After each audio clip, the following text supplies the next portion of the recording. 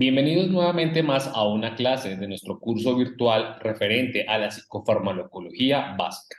En este curso vamos a estar hablando en esta primera clase sobre lo que son las generalidades de los psicofármacos o la psicofarmacología, lo cual van a sentar las bases para poder hablar dentro del curso de algunos conceptos que serán claves para poder entender qué es, cómo afecta y cómo lo podemos trabajar de manera interdisciplinaria desde el trabajo de la psicología con la psiquiatría en muchos casos. Previamente, hay que recordar la clasificación del sistema nervioso y cómo esto puede llegar a hacernos entender las definiciones del sistema nervioso. Es importante recordar lo siguiente. Recordemos que al hablar del sistema nervioso lo vamos a encontrar dividido en dos fases. Por un lado, el sistema nervioso central, que estará conformado por el cerebro, la espina dorsal, y en el otro canal o en el otro lado vamos a encontrar el sistema nervioso periférico. Los dos nos hacen conformación del sistema nervioso central y los dos serán de totalmente utilidad para todo el proceso. Al hablar del sistema nervioso central, vamos a tener en cuenta que es el que está relacionado, como dice su nombre, con el cerebro y la espina dorsal. Sin embargo, el rol del sistema nervioso periférico va a estar relacionado con el sistema nervioso autónomo, que es el que se encarga de comunicar y activarse en frente al tema de los órganos y las glándulas internas. Por otro lado, vamos a presentar lo que es este sistema nervioso somático, donde se comunican con los órganos sensitivos y los músculos voluntarios. Dentro del sistema nervioso autónomo vamos a encontrar una división, la división simpática, que se encarga de la excitación y que es aquel que se va a activar justamente cuando ocurre una novedad o hay una alteración de por sí frente al ambiente que va a llevar a una activación de este mismo sistema. Al hablar del sistema parasimpático, la división parasimpática es aquel que está activo, por ejemplo, en procesos de calma o procesos, por ejemplo, que pueden ser autónomos. Por ejemplo, la respiración mientras dormimos. El sistema nervioso somático va a estar encargado, por ejemplo, del sistema nervioso central, que es toda la información entrada sensorial a nuestro organismo, y por otro lado, el sistema nervioso motriz, que va a estar encargado de la salida motora. Es importante tener en cuenta que muchas veces la farmacología puede estar llevada a la activación o desactivación de uno de los dos sistemas. Por ejemplo, puede ser el sistema nervioso en su división simpática o en algunos casos podemos encontrar, por ejemplo, la desactivación del sistema nervioso central y sensorial. Es importante que tengamos en cuenta que en la psicofarmacología trabajamos de la mano con lo que son los psiquiatras, los médicos y demás profesiones del área de la salud. Un, un recordar frente a lo que hemos hablado de las neuronas previamente en nuestros videos, es importante tener en cuenta lo siguiente. Uno, la estructura común en todas las neuronas, entendiendo como la soma, las dendritas, el axón y el bondón terminal. Te invito que si no has visto este video, por favor mira de primeras, o si no, pares esta pausa a esta clase, donde podremos encontrar esta información mucho más detallada en cada una de las partes. También una clasificación de las neuronas es según su morfología, donde podemos encontrar neuronas unipolares o pseudonipolares, bipolares y multipolares. Algunas se van a activar, por ejemplo, las multipolares con el sistema de la médula espinal, otras, por ejemplo, suelen localizarse en la parte del vestíbulo, la musculosa olfatoria, y otras, por ejemplo, como pueden ser las unipolares, están relacionadas con las neuronas sensoriales, es decir, aquellas también conocidas como las aferentes. Acá en esta imagen podemos encontrar, por ejemplo, la clasificación, como lo hemos hablado previamente, el neuronas bipolares, pseudopolares o multipolares, o también relacionadas, por ejemplo, su función, que podemos clasificarlos por neuronas asociativas o también conocidas como las interneuronas, que están localizadas en el sistema nervioso de la médula y el encéfalo, las neuronas sensitivas, que también son conocidas como las aferentes, que están relacionadas con los órganos de los sentidos, y el sistema nervioso central. Por otro lado, encontramos que las aferentes están relacionadas con el sistema y la conducción de impulsos en el sistema nervioso central, lo cual, pues, estas van a estar muy relacionadas con las respuestas rápidas de un organismo. Hablar del primer concepto dentro de la psicofarmacología básica, es importante definir lo que se entiende como un mecanismo de acción. Acá es ese mecanismo de acción, como lo vamos a entender, el efecto que tiene una droga que produce frente al organismo. a lo cual debemos definir, por ejemplo, que esto está relacionado también con el objetivo terapéutico. Esto significa que en muchas ocasiones cada fármaco puede tener un mecanismo de acción específico, pero algunos pueden tener similitudes en su forma de actuar, lo cual desde la psicología va a ser importante conocerlo para hacer fases de pseudoeducación en lo que es la población. Al hablar del mecanismo de acción podemos encontrar dos aspectos principalmente. Uno, los mecanismos de acción ansiolíticos van a hacer una activación de la acción inhibitoria GABA y también podemos recordar la estimulación de las 5-HT, también conocidas como la serotonina. Dentro de la activación de la estimulación inhibitoria del GABA, vamos a encontrar dos principales fármacos que los vamos a hablar más adelante y que son conocidos como los barbitúricos o las benzodiazepinas. Por otro lado, en la serotonina vamos a encontrar a las apironas como las principales relacionadas en este proceso. Dentro del mecanismo de acción es importante tener en cuenta que estas pueden ver afectadas, por ejemplo, las bombas de recaptación de la membrana presináptica, frente a lo que hemos hablado previamente, por ejemplo, en las bombas de potasio, las comunicaciones y las cargas de potasio o calcio en todo este proceso, y las enzimas de las responsables de la degradación de neurotransmisores, neuropéptidos y neurohormonas. Tengamos en cuenta, por ejemplo, que las neurohormonas y los neurotransmisores, sobre todo en algunas enfermedades de orden mental, pueden verse afectadas, o también el estado que se encuentran las personas. Por ejemplo, un estado a nivel biológico, como puede ser la adolescencia, o una enfermedad degenerativa, como puede ser Parkinson o Alzheimer, en todo este proceso. Para hacer un recordatorio de lo que es el GABA, es importante tener en cuenta que el GABA está relacionado con el transmisor de los sistemas nerviosos de los mamíferos. Es donde se producen las respuestas de inhibición hiperpolarizantes y donde ese hiperpolarizador va a disminuir la actividad. A continuación, te presento una imagen donde nos presenta los principales neurotransmisores GABA, que vamos a encontrar que son alfa 1, alfa 2, alfa 3 y alfa 5, dentro de los cuales, por ejemplo, la activación de cada uno lleva a un proceso diferente. Por ejemplo, los fármacos que hacen activación del alfa 2 pueden estar relacionados con los ansiolíticos y, por ejemplo, aquellos que hacen activación del alfa 1 pueden estar relacionados, por ejemplo, con procesos como la sedación, la amnesis, la adicción o, digamos, también ese disparamiento cognitivo en todo este proceso. Otro concepto que es importante que tengamos en cuenta va a ser la farmacocinética,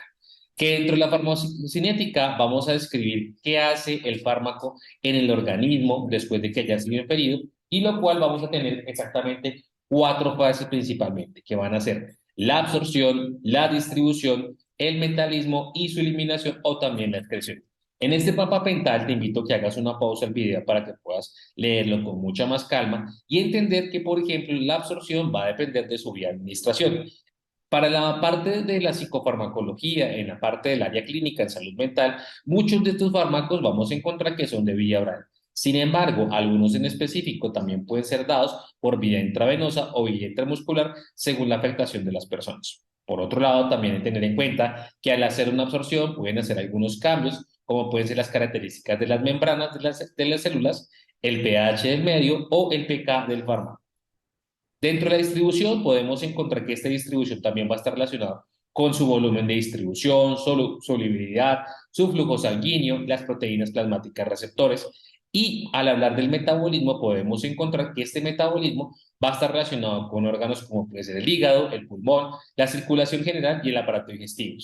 Dentro de este metabolismo vamos a encontrar tanto una fase 1 como una fase 2, que esto va a estar relacionado, por ejemplo, de las características del fármaco, entendiendo, por ejemplo, que va a haber una fase no sintética y una fase sintética.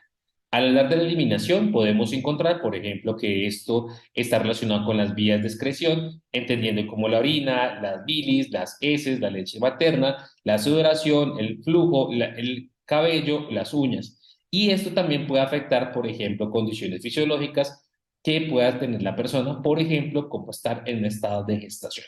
Por lo cual es importante que desde la psicología clínica también conozcamos los efectos de la farmacocinética en todo este proceso. Al hablar de la primera fase de la farmacocinética, entendiendo como la absorción se entiende que va a depender mucho de la vía de administración. Como hemos hablado previamente, si es de manera intramuscular, intravenoso o también si puede ocurrir un proceso rectal en algunos casos como son los edemas. Las alteraciones del funcionamiento intestinal, por ejemplo, pueden llevar a causar algunos efectos secundarios, como pueden ser los síndromes de mala absorción, que por ejemplo, esto es causado con fármacos como los anticolinérgicos, y también va a depender de la cantidad del fármaco que es absorbida en su punto de absorción.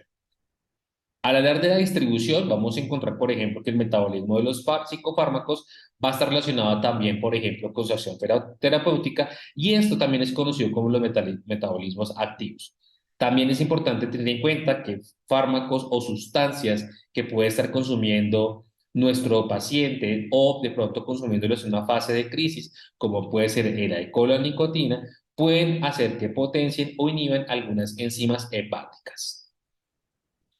Al hablar de del metabolismo, quiero que tengamos en cuenta que acá se produce dentro del plasma sanguíneo, donde pueden producir diferentes procesos de proteínas, y esto también va a depender de las características del fármaco, entendiendo cómo pueden haber hidrosolubles y liposolubles. Entendiendo que en las membranas donde ocurren una liposolubilidad es donde van a pasar más rápidas y van a hacer una afectación al cerebro, donde esto va a llevar a afectar la barrera hematocefálica y que puede también, al estar en esta barrera, ser su liberación de manera lenta, que puede llegar a durar hasta semanas. Acá en este esquema te planteo todo lo que hemos hablado previamente y la siguiente fase, que es conocida como la excreción. Dentro de la fase de la excreción es importante que tengamos en cuenta que los psicofármacos principalmente va a haber una eliminación por la etapa del riñón. Sin embargo, cuando hay un consumo alto de psicofarmacología, sobre todo en enfermedades mentales que requieren estos psicofármacos, pueden llevar a un efecto secundario como puede ser una insuficiencia renal. En algunos puntualmente, como es el caso y el uso del litio, puede producir que también afecte el mecanismo de acción que el sodio tiene o que compitan por su reabsorción. En la imagen que tú ves en pantalla podemos observar lo que ocurre en relación del tiempo y la concentración de un fármaco, donde podemos observar que, por ejemplo, las concentraciones más altas de los fármacos de por sí van a llevar también una absorción o una excreción de mucho más rápido tiempo en comparación de lo que es el metabolismo rápido o metabolismo normal en todo este proceso.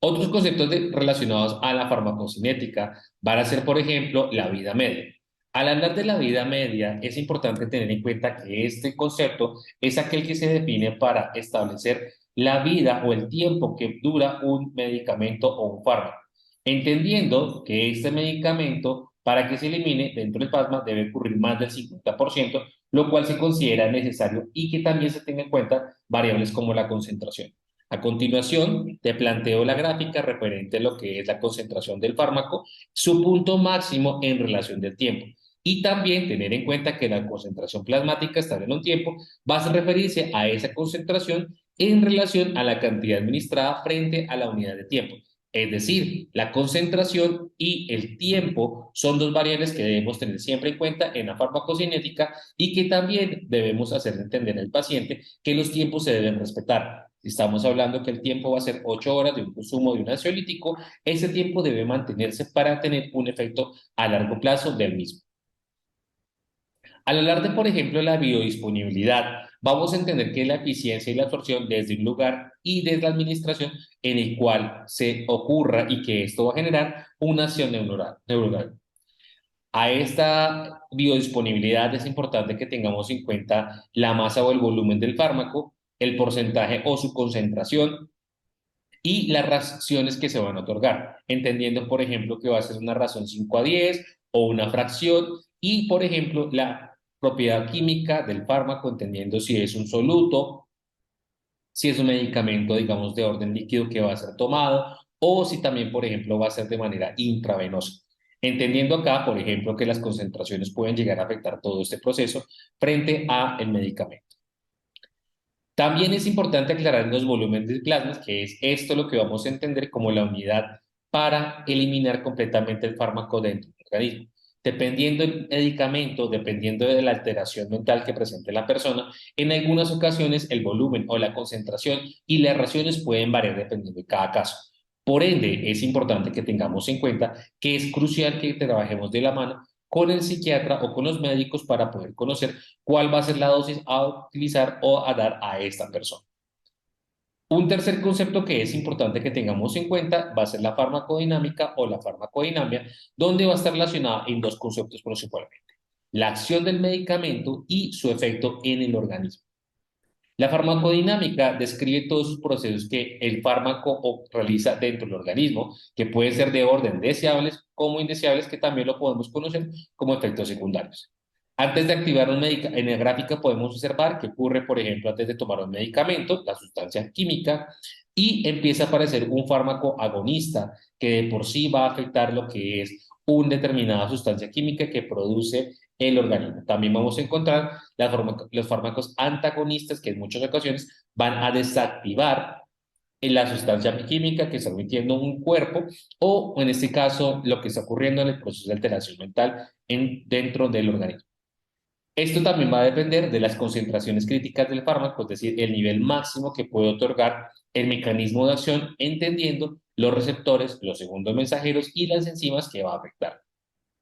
Por otro lado, algunas de las propiedades clínicas es importante que conozcamos las curvas de las respuestas, es decir, los índices de terapéuticos, los fenómenos de tolerancia y dependencia, entendiendo que no todos los medicamentos ni todas las personas pueden reaccionar a las mismas dosis. Esto significa que en el manejo de fármacos en la clínica debemos trabajar de la mano con el médico, con el psiquiatra, para entender y comprender y darle a entender a este paciente cuáles van a ser los efectos de estos medicamentos. Al hablar de un tratamiento psicofarmacológico, vamos a hablar de algunas características que debemos tener en cuenta previo a la utilización o que pueden ocurrir durante o un proceso después del mismo. Lo anterior también es importante que lo manejemos en una fase de psicoeducación con los usuarios, con los pacientes, ya que muchas veces el no conocer un medicamento y sus efectos hacen que las personas los dejen de consumir y por ende afectar todo el tratamiento que se está otorgando.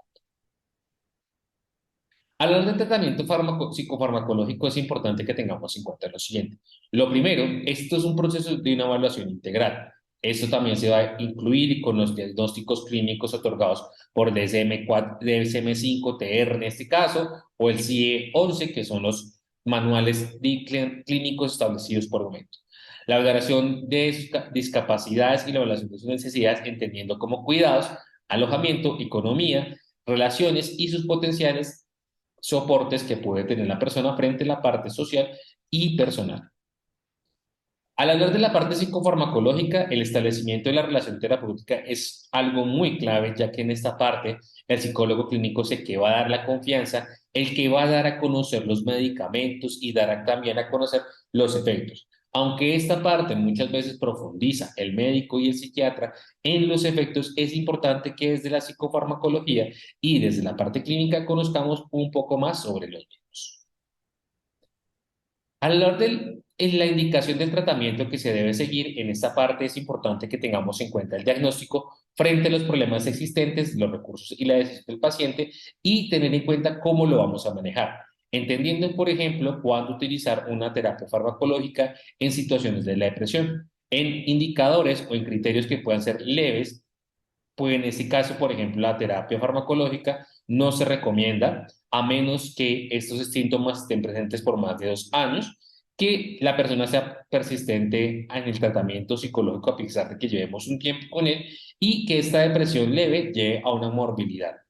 De orden de grave o moderado, vamos a encontrar que ya en estos momentos es importante contar con la valoración del psiquiatra para verificar, por ejemplo, si es necesario el acompañamiento desde la parte farmacológica. No es importante olvidar que siempre que hay una depresión en grados moderados y graves, también van a haber un acompañamiento de orden psicológico con el fin de evitar que esto llegue a incrementarse.